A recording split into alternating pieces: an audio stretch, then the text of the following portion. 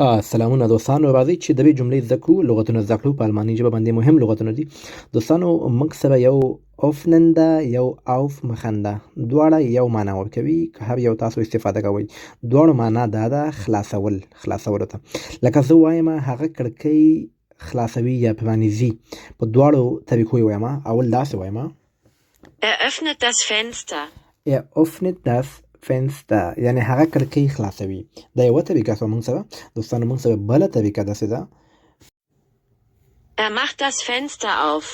بله موږ سره داسې ده macht das Fenster auf، یعنی هغه کړکۍ خلاصوي. دواړه یو معنا لري.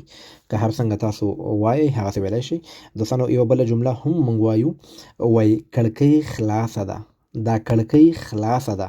دا جمله په الماني ژبه باندې داسې وایو Das Fenster ist auf. Das Fenster ist auf، مطلب دا کړکۍ خلاصه ده. ښایسته جملې دي، ښایسته لغتونه دي او مهم اصطلاحات دي. کولی شئ ټیک ټاک اکاونټ سره فالو کړئ او خپلې پوښتنې په کمنټونو کې وکړئ.